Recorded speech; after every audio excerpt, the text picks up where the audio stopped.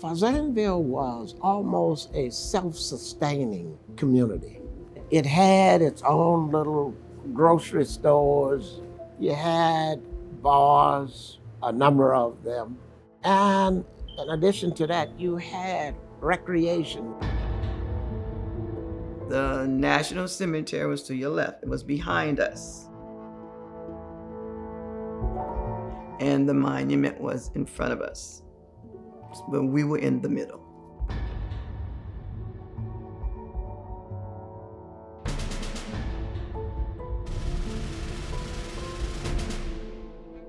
They wanted it to kind of bring back some of the pomp and circumstance that used to be around celebrating the Battle of New Orleans. They wanted to make way to open up that whole area, the Chalmette Battlefield, and that's what they did. I think that Fazendeville was just something that some people just didn't want to see there.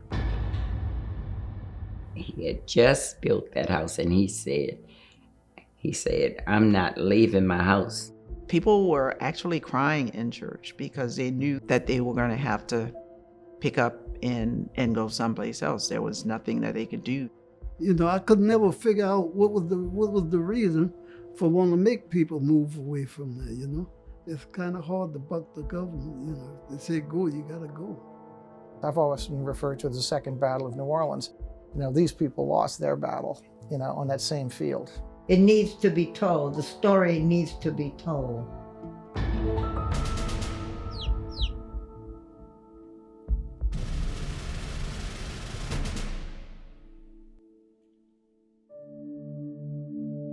I was 5 when Fazendeville was no more.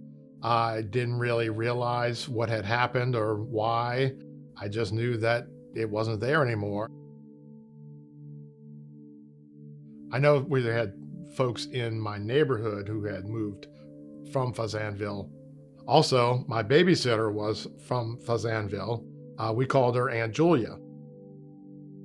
We always had a feeling that we were somehow connected to the village, but we didn't know the connection until other folks started doing research on the community. And she actually signs there. And this is at St. Louis Cathedral? St. Louis Cathedral. Baptism? And identified my great-great-grandfather as the founder. The community is so much more important than all of that. What they did and what they became far supersedes any importance of my relatives' part in the history of the village. Woody Keim came to me, and it was important to him to tell the story of the residents there. We were coming up on an anniversary of the founding of Fazendeville. The Park Service wanted to commemorate this in some way. And their idea was they were going to have a series of facilitated talks where they were going to bring former residents in and, you know, people who had an interest in the story of Fazendeville. And then, you know, I asked, a question, simple question. Does anybody have any pictures of this? Now, of course, the residents, they had gone through Hurricane Betsy. That wiped out a lot of photos. And then, you know, years later, there was Hurricane Katrina.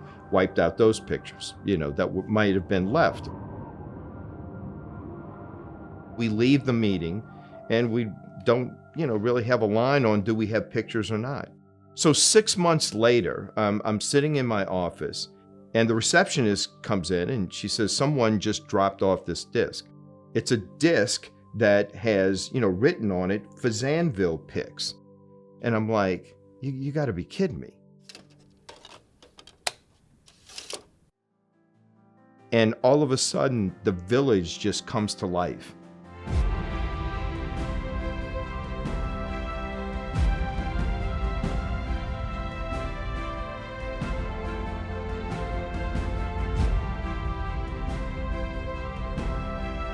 Here's a chance for us to tell it from their words and really to tell the complete story as best we can. People who are from Fazendeville pronounce it Fazendeville. Fazendeville. Fazendeville. Have you heard it pronounced any other way? Of course. They weren't from there.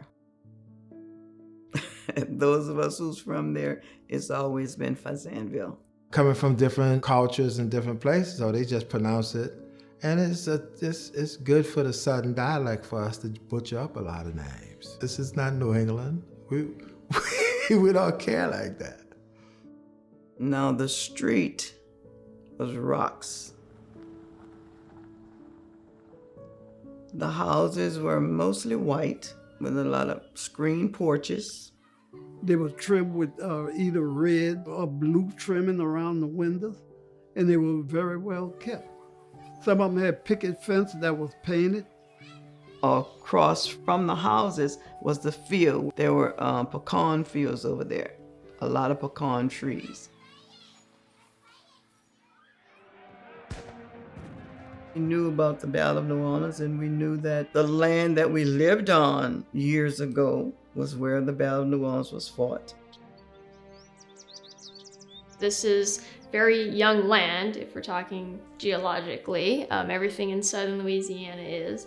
Back before, settlements, we had the Chitimacha moving through this area, using the land. And then we get to settlers coming in. Mid-1700s is when we started having plantations here. And that coincided right after the establishment of New Orleans, just up the river.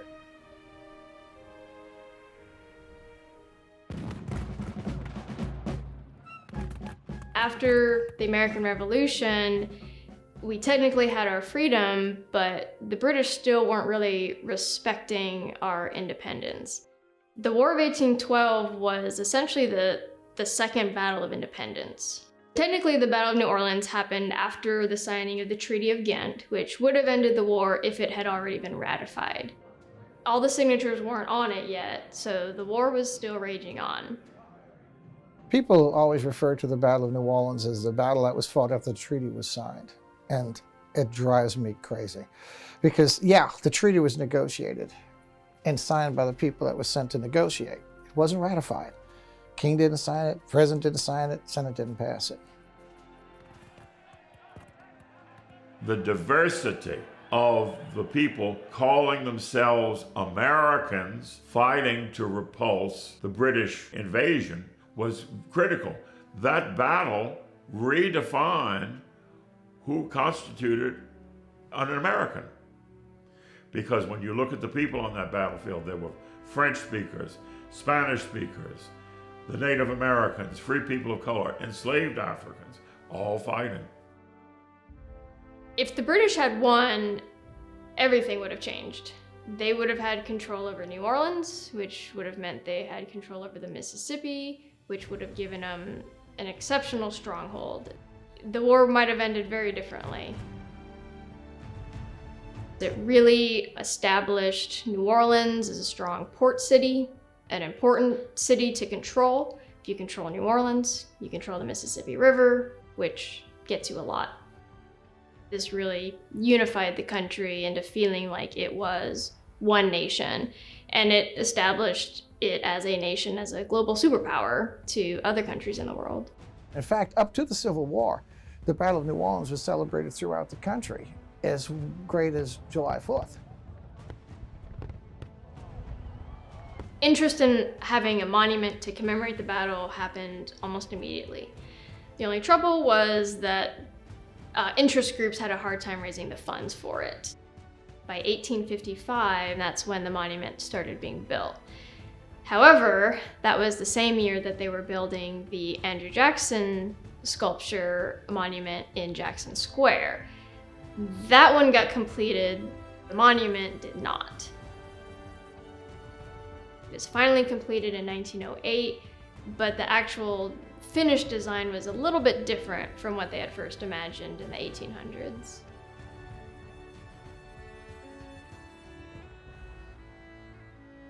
Of course, the backbone of the economy of St. Bernard Parish and Louisiana in the early 19th century through the Civil War had been agriculture. First it was indigo, then it was replaced by sugarcane, so that there were very large sugarcane plantations throughout St. Bernard Parish when the Civil War broke out. And then we were occupied very early on, as soon as the city of New Orleans fell, so that the plantations really ceased operation. Jean-Pierre Fazende was born to a family of free people of color, the gens de couleur, and he was part of an elite, if you will. He was very well educated, very highly read. His family had been sugar planters in the country parishes outside New Orleans. They were also business owners.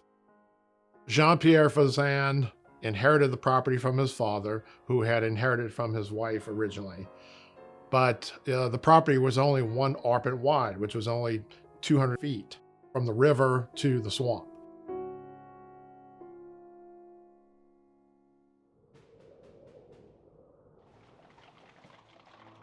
During the Civil War, many free people of color decided to leave because they weren't sure what was going to happen if the South happened to win the war.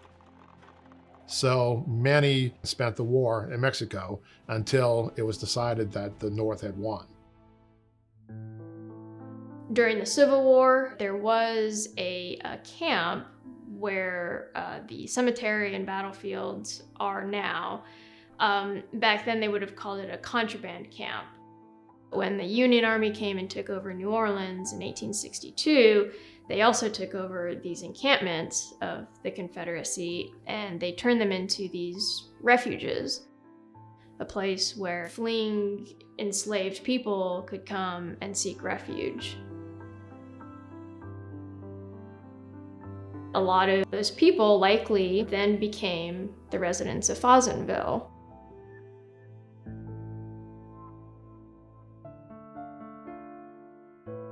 The National Cemetery was established in 1864 to be a final resting place for Union soldiers who died in the area.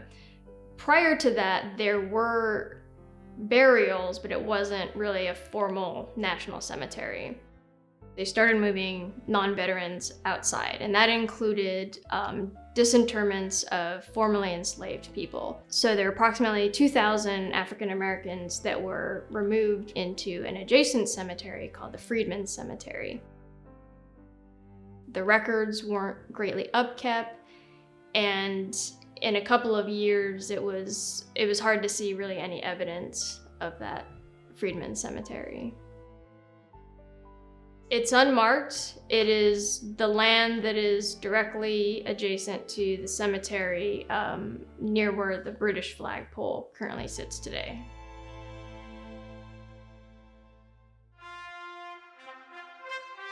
Just after the Civil War, Jean-Pierre took his family back to New Orleans and shortly after decided that he was going to create this community called Fazendeville. He would subdivide the property and break it up into 40-foot sections and sell them to the newly emancipated slaves. And that's how Fazendeville started. Fazendeville is the outgrowth of slavery. It wasn't urban slavery as we have in New Orleans. It was real slavery in the fact that it was plantations and people were freed from hard labor servitude. These are folks who were intent on being somebody. And that is what you find in families from Fazendeville. Contrary to what a lot of people believed during the Reconstruction era, a lot of the newly freed slaves were very self-sufficient right after slavery. They wanted to have property. They wanted to own land. They knew that it was important to own the land. They knew they couldn't own the land in New Orleans because it was much more expensive. So they stopped just right before you got to New Orleans and was able to purchase those properties. The families that moved in there stayed there. You'll see some of the same families time and time again, several of them having several houses there. And they thrived. My dad was born in 1903, and his siblings were all older than he.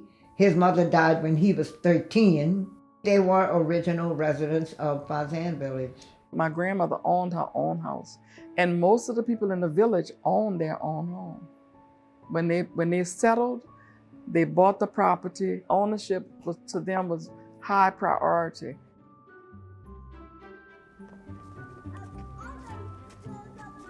So Fazendeville was basically the proverbial dirt road. And it was like with everything else in Americana, the great Americana dirt road, where you go down Fazendeville and you come to the people houses. On one side there was the houses, on the other side there was pecan groves. It was more or less like a gated community because it was one way in, one way out. You can go and leave your door open, you had nothing to worry about. And a lot of the people had beautiful flower gardens. I remember my grandmother, where she would get the cow manure and as her fertilizer for her garden. I said, "What is that smell?" She said, "Well, baby, if you want your flowers to grow nice and pretty, you have to put the manure on because the manure is their fertilizer." I said, "Oh." We had roses, red, we had yellow, we had white, we had Easter lilies, violets. My mother, used to love flowers. And the whole front yard had flowers. Them purple flowers that used to be planted in people's yards sometime on Fazendeville. My mother was a flower person. Flower garden, it was her. We had plenty of land. So my dad grew vegetables, tomatoes, mustard greens, onions, green peppers, eggplant. He also grew pigs. Every once in a while he'd kill a pig, and our job, I shudder when I think about it. He didn't make hog-head cheese, but I know they made chitlins. I can't stand those things. We had to clean them out, and chitlin is the intestines of the pig. That's what chitlins are. It's a delicacy now. We used to hunt there, we used to pick pecan, especially after a hurricane or a storm or something. We had sacks of pecan. We had a fireplace, and so mother would send me and my brother down by what we call it the coal tipper, the flat railroad car. And then, when it get full, some coal drip on both sides of the track. And she would send us with like a 2-gallon water bucket, to go pick up coal to put in the fireplace to keep warm too. And you know what? I love Bananas today because the boats used to stop out there and they used to give all of the people bananas off the boats. They had so many aspects, like the church, the benevolent society halls, the juke joints. They had the grocery stores, the school, just about everything a small community would need.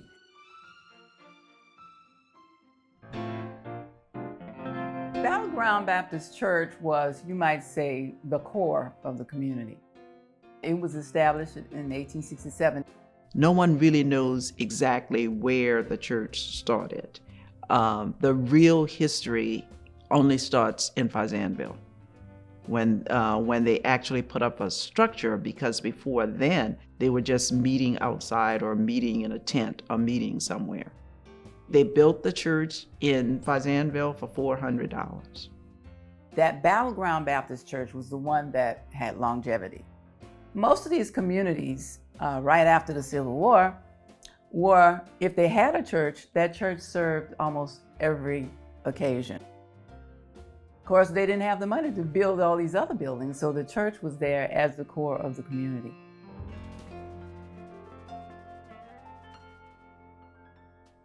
I can remember when I got baptized. I was baptized, I was about 7 years old, and we walk, I can see so vividly today, we were walking up the village, up the road, not when the street was a road, to go to the river, and that's where we got baptized at. Walking through the village going to the river. I was baptized in the Mississippi River. I don't know if I was more afraid of going in the river than I was being baptized. It was a whole ritual that they had to go through, like days before. The ministers and their associates would go out and they'd map out the area in the water. They'd put the sticks down to tell you how far to go and, to lean on something if you needed it. And, you know, there was sinkholes there, so it was pretty dangerous. You know what was so strange about it is that none of the men could swim. So if they lost a kid or somebody under the water, it was interesting. They never lost a soul. But nobody could swim. They took sheets and made a garment that was all white. Then you had a white, it wasn't a towel, it was a sheet, but it covered your head and it was tied in the back. The girls had it and the boys had it. And everybody be standing on the levee, say, amen. And when they found out there was a baptism going on, people would come from around because they knew it was just once a year. So yeah, it was a big occasion to watch. Whether you were saved, sanctified or not, you went to the baptism, you know, because it was just a major event in the community. They had benevolent societies. They had two, one for the men, one for the women. It came, you might say, out of the church. Of course, most of these newly formed communities, newly formed after the war, of course, did not have any insurance. And so this was their way of making sure that you could help someone if they had, you know, a fire, somebody died and couldn't bury the person. And most of them were basically burial insurance. As a matter of fact, that's how many of the Black insurance companies started. Many of them were buried in Ellen Cemetery, which is not on the Fazendeville property. And Ellen was the name of the first person, Miss Ellen, that was buried there. And they named the cemetery after her. Ellen Cemetery is owned by two benevolent associations that were in Fazendeville. They paid dues. They paid $1 a month. They buried the people that were in the association for free. If you were from Fazendeville or if you were a person related to somebody in Fazendeville, you can be buried in Ellen. These benevolent societies were very important in the community. And another thing that they finally built buildings for the societies. And so they would use those as community centers. As a matter of fact, they had the school in one of the benevolent societies. One big room, it was called the hall. It was Progressive Hall. If you can imagine a hall where you had the first graders, and the next aisle was the second graders, third graders, fourth graders, fifth, sixth, seventh, through 8. Now, after the 8th grade, you could not attend school in St. Bernard Parish. I started school in Fazendeville in the one-room schoolhouse. I was there every Sunday. We played there simply because when I was born in 1943, there was no mixing of races.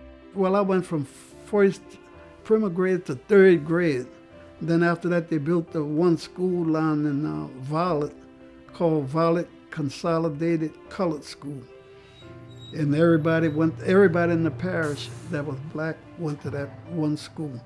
The older people say, boy, you better go and get you a good education, you know.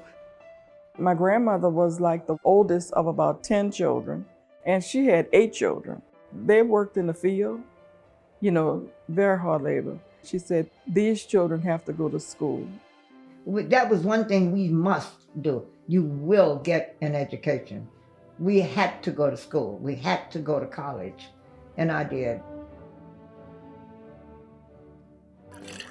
There was a bar next to our house, and the music was so loud until the neighbors and all the people down the street came to our yard, and we used to dance in our yard until about 10, 11 o'clock, and then everybody went inside and went home.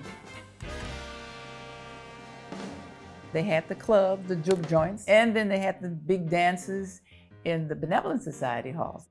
Fats Domino was one of the performers from New Orleans that would come over. Fats Domino came in the hall. He would come there at night in the evening when they would have fish fries and all. You know, to be out. Him and my uncle, you know, to be out socializing, drinking, you know, like that. They had a piano in the hall, and he'd play on it a little bit and sing. But he wasn't really that famous at that time. He wasn't famous at all at that time. The 30th of May, Declaration Day as they call it, was very important.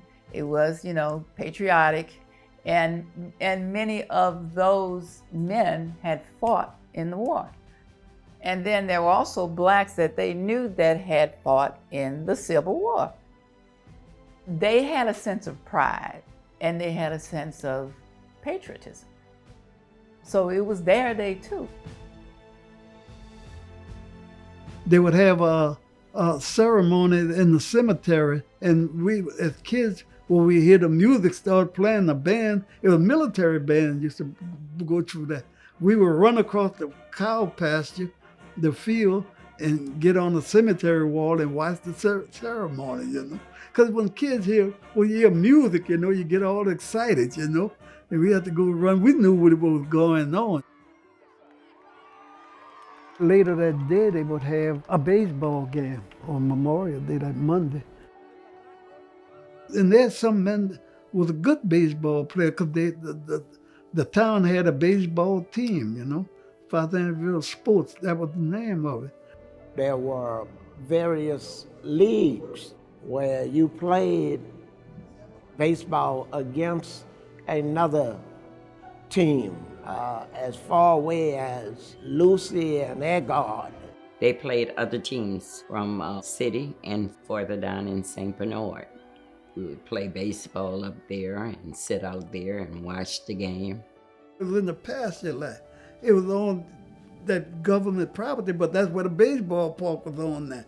And a lot of times, if you hit a ball back where the pecan tree was, the way they had the park situated, that would be a home run. The Chalmette Monument was, if you go in the village, was to your right. We used to go over there into the monument, and we would walk up those stairs and look out the window and look at the river and look all around St. Bernard Parish. We used to play in there as kids all the time and run all the way up the steps to the top. Then we would run down.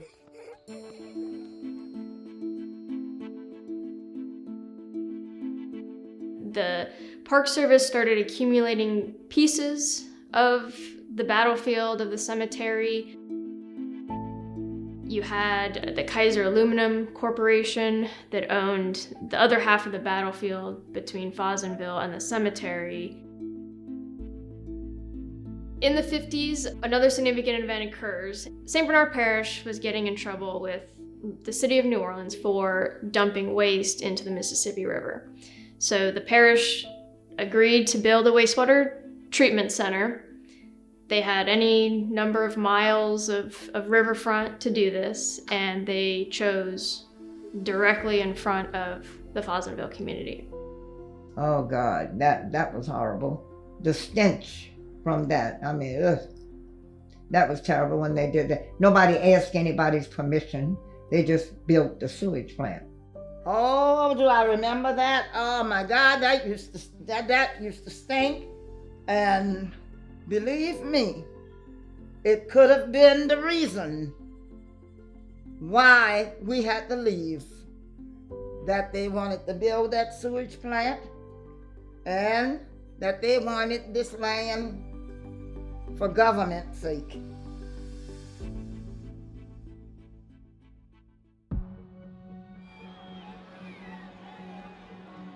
We then get into the 1960s, and now we're really at the height of the civil rights movement.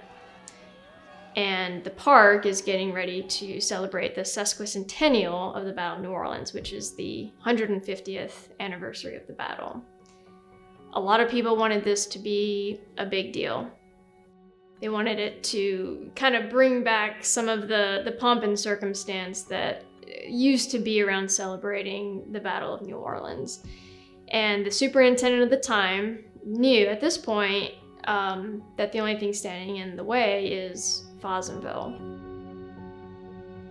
In Fazendeville, when they started the movement to get them out of that area, many of the residents, you know, they heard what they told them. They said, well, we're expanding the park. We're going to have this big celebration. But some of them thought, well, you know, I think it's more than that. There had been rumors that they were going to buy Fazendeville. Probably for years, I had heard the rumors. A part of the rumor was that integration was coming to St. Bernard Parish and to the South, and that the children in Fazendeville were the closest ones to Arabi and to Chalmette, and they did not want those children to be integrated with white kids. Now, that was the rumor.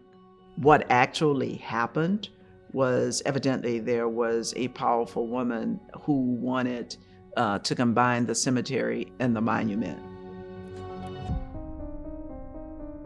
So what would happen was, you're coming out to 150th anniversary of the Battle of New Orleans. And there was a woman by the name of Martha Robinson. She was a socialite in New Orleans who was heavily involved in the League of Women Voters. So she was very much of an activist. You know, just to give you an example of Martha, she worked against child labor. And she was also one of the great leaders in the crusade to stop the Riverfront Expressway from compromising the French Quarter. Martha Robinson was very keenly aware of the crusade over decades to save at least part of the Chalmette Battlefield site. Knowing that Henry Kaiser owned the majority of the land between the Monument Tract and the Chalmette National Cemetery, she called Russell Long, Senator Russell Long, and he arranged for the legislation to be introduced in Congress which authorized the acquisition of that Kaiser tract. They had to make it a big event. That was the intention, to make the 150th a big event. So she got the railroad and she got Kaiser Aluminum to donate this corporate property in between that was unused and make it one thing. It's just this little neighborhood was kind of an inconvenience in a way.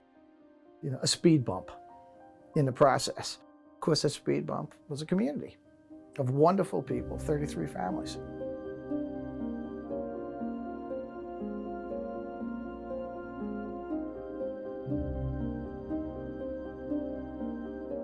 So we end up with a park with a neighborhood in the middle of it. And at that point, Fazendeville is looking like an anachronism, something out of its time. You have the park trying to tell the story of a battle, of a cemetery, and then in the middle of all that, you have a neighborhood that has been there for about 100 years with their own stories to tell. And they're two very different stories, and that's really kind of where the conflict starts happening.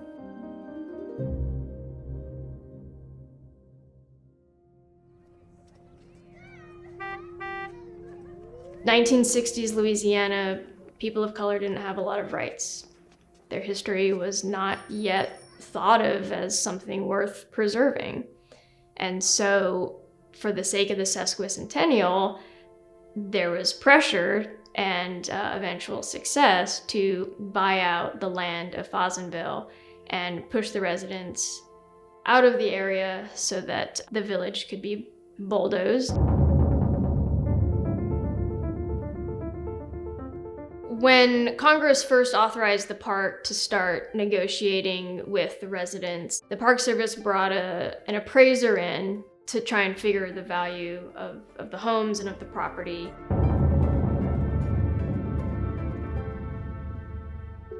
They painted the picture to people that the houses were raggedy, but that was a lie. They were not. They were very nice houses. Some of them had beautiful homes. And we had like a 10-room home. And then my dad had 2 more rooms on the side. So it was beautiful. It was wonderful. They basically had painted Fazendeville as just a little shanty town. And so therefore removing this was just like removing vestiges of the shanties of slavery. The money that they did give you, it wasn't worth it. They hardly gave you any money for your homes, hardly anything. I remember my dad talking about it. In fact, I remember him just really being very, very, very emotional about it. And he wrote a letter to the President of the United States and to the Department of the Interior, complaining about the mere pittance that they were giving the residents who lived in Fazendeville for their land. But it did no good, you know. So the average payout to the property owners was a little over $4,000 apiece. And just to give you kind of a comparison, the average property value in St. Bernard Parish in Chalmette was almost $19,000. So property values alone, housing condition notwithstanding, were worth a lot more than the residents ended up being paid. The residents actually fought it. I mean, it wasn't that you just move us out and you don't have no resistance. Yes, they hired lawyers. As a matter of fact, AP Turo was one of them. And there were several others that they hired to help them. And, you know, they had this whole letter writing campaign and various instances. And finally, you know, they just told them that it's just difficult to fight the government. Finally, one Sunday in church, Reverend Gant, who was a pastor then, announced that it was really going to happen, that we had to look at finding property because it's really going to happen. We're going to have to move. And so that was a sad Sunday when that was announced. Many of those people had been there since 1867. Their ancestors had been there all that time.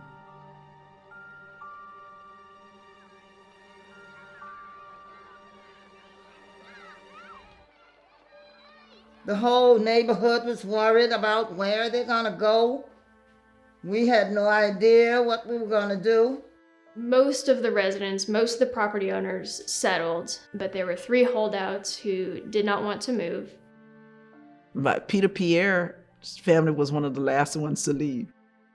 My dad finally went out there and said, Frances, that was his sister, you're going to have to move. You have to get out. Because he said, you can't stay here any longer.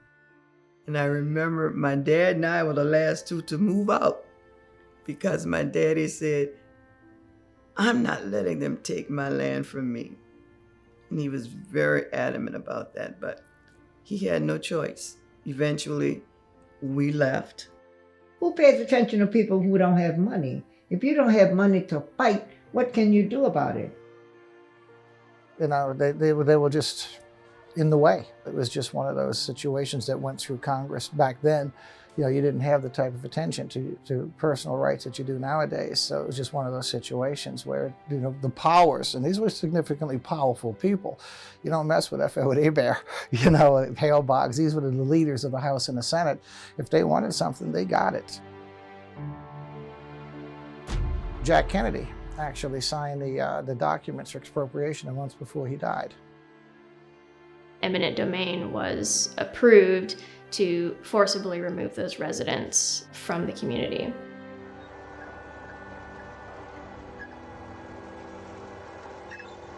And by 1964, everything was bulldozed, which is ironic since that's the same year that the Civil Rights Act was passed. Some people questioned if he actually knew that people actually lived there. Some people say he never knew that that was a community. And I found out that President Kennedy had signed it. I said, oh, so that's why we got kicked out. That's why we got kicked out, because they told him that it was shanty houses.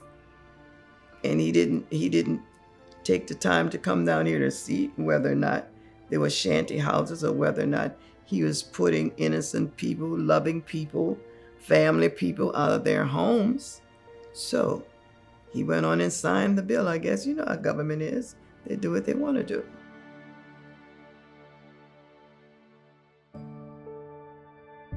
The Declaration of Taking, that's what the government called the documents that they gave to the residents. Declaration of Taking.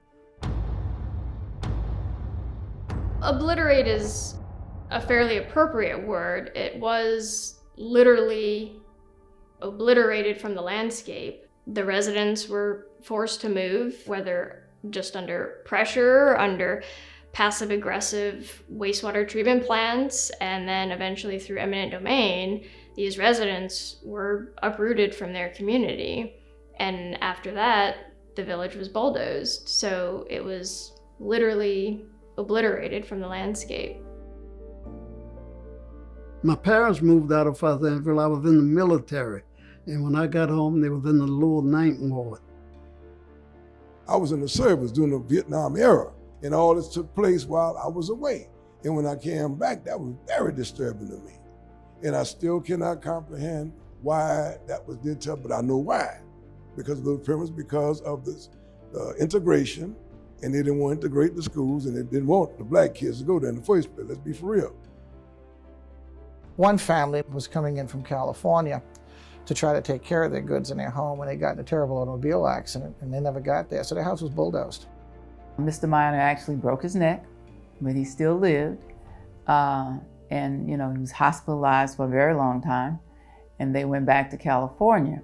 But even with his challenged physical condition, he was still writing letters to lawyers and judges and back and forth, trying to deal with the situation. But of course, it was no avail.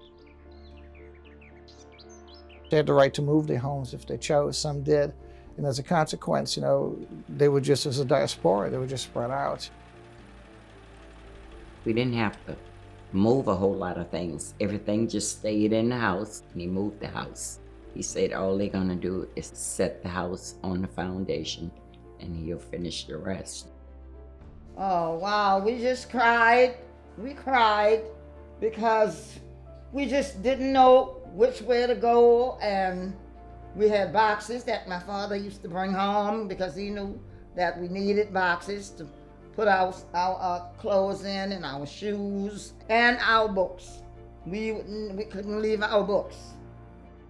Daddy had a truck. We just had to put things in the truck and get in the back of the truck. He took about 4 trips to move everything. It just was a sad situation when we had to leave Fazendeville. The village was destroyed. I don't know how they destroyed it, but once we left, we just didn't look back.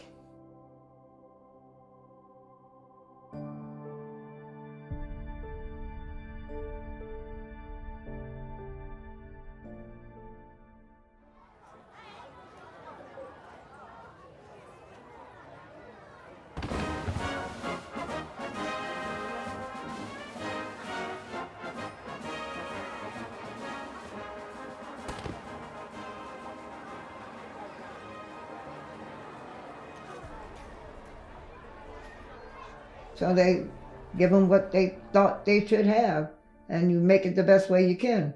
And my daddy was a very proud man, and that's what he did the best he could. They made it. Black people are very resilient. They made it. Again, they wanted to own the land. They didn't want to rent. 2 or 3 neighbors would get together and build a house for this one, and they build the church in the Ninth Ward on Flood Street, ironically. And then in '65, Hurricane Betsy happens. Be advised, an extremely dangerous Betsy is headed toward New Orleans. Clear its flight.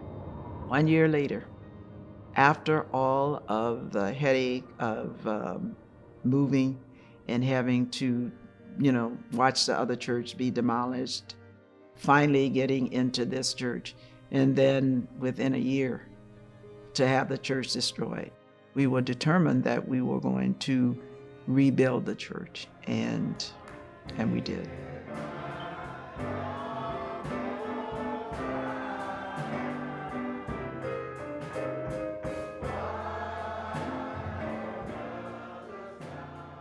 I have friends from all over the country, and a lot of times when we get together, they say they're going back home.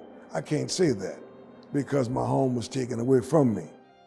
And believe it or not, I have not been in the area where Fazendeville is located today because of that reason. It still cuts to the cores of my heart.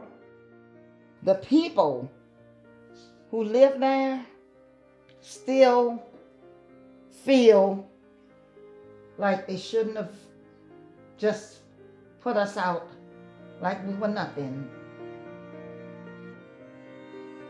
That's a very important chapter, not only in their history, but in St. Bernard's history, in many ways in national history, because we have a tendency to be so focused on moving forward, we don't think the implications of what we do sometimes.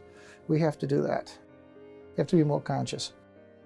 I didn't think it was fair, and I still don't think it's fair, because they lied and they have not done a thing with that land. And they were told that they were going to bring the two places together and build a, no, they haven't done anything. Because really and truly, they didn't do anything with the land. It was weedy for a long time. Somebody had mentioned that. Well, it says, if they'd have put something up there, I might have felt better about it. And it says, they just knocked everything down. What many of the residents didn't understand was the concept of a national park. They were looking at a park as a place where you go and have fun and you have all the trees and you have your picnics and you enjoy it. But when they took their land and cleared off all the buildings, they also cut down the pecan trees. They cut down the grove. And that was really puzzling. So how do you cut down trees in a park? Why do you do that?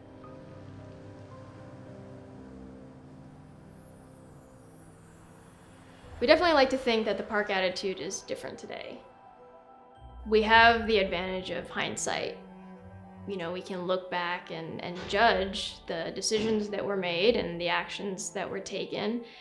And we can understand the trauma that was caused over generations because of those decisions. Today, we try and recognize all stories equally, from the Native Americans who used to use this land to the Fazendeville residents who were living through trying times, to today, you know, for the tourists and the joggers who use the land and the locals who can enjoy it.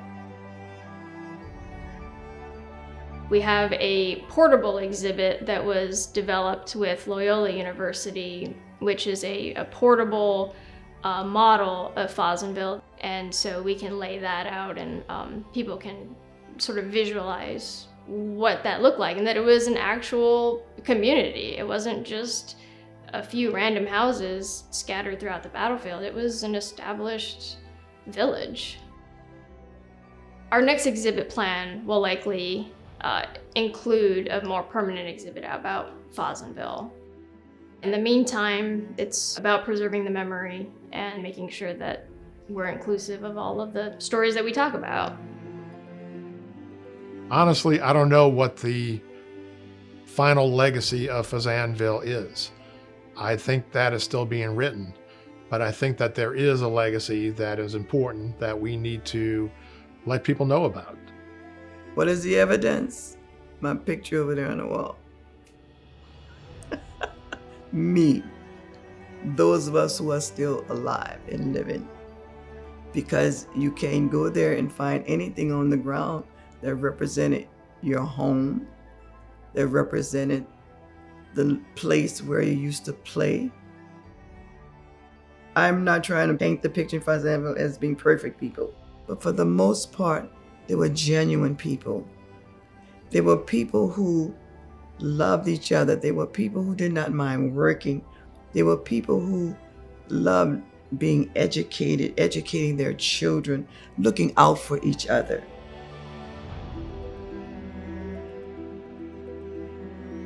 The legacy is the families, the people who have accomplished, the strength.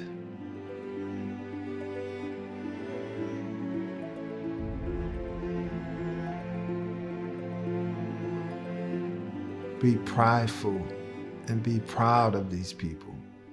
Don't live inside of the misery of what happened to them, because you're not going to be proud of them if you're living inside of the misery. I was taught not to live with that. That is the great American Black secret.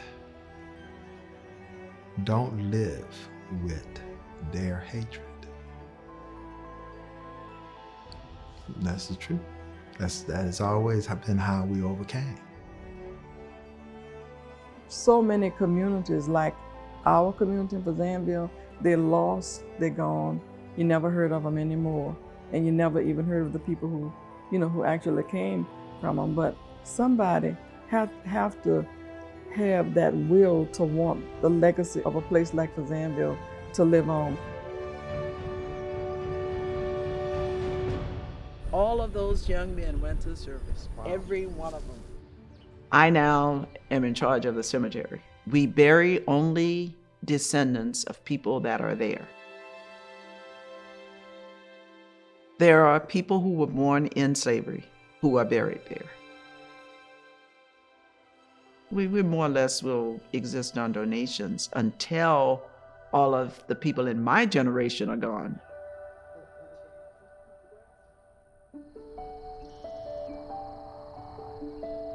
Like any community, they had gardens, beautiful gardens of a hybrid iris, which is a hybrid between the giant blue iris and the copper iris, which are the native irises to Louisiana. And you get this really rich purple colored iris. So the irises are kind of the last remaining pieces of Fazendeville that we can still see today. And it's interesting because we didn't even know that they still existed until about 2 years ago.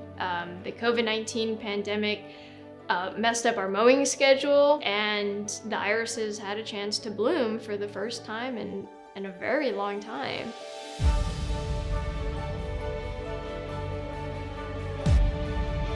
I had to go down there and look at them to see how close it was to Fazendeville. Right there. Right there.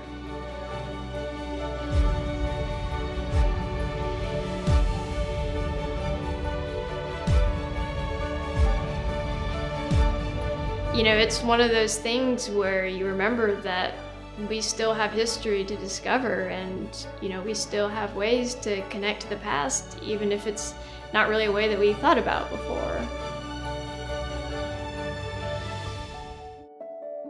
I find it ironic that the irises spring up now, and they probably will spring up every year in defiance of everyone who thought that the village should be dead. So they will always be a defiant remnant of Fazendeville there in the middle of the battlefield.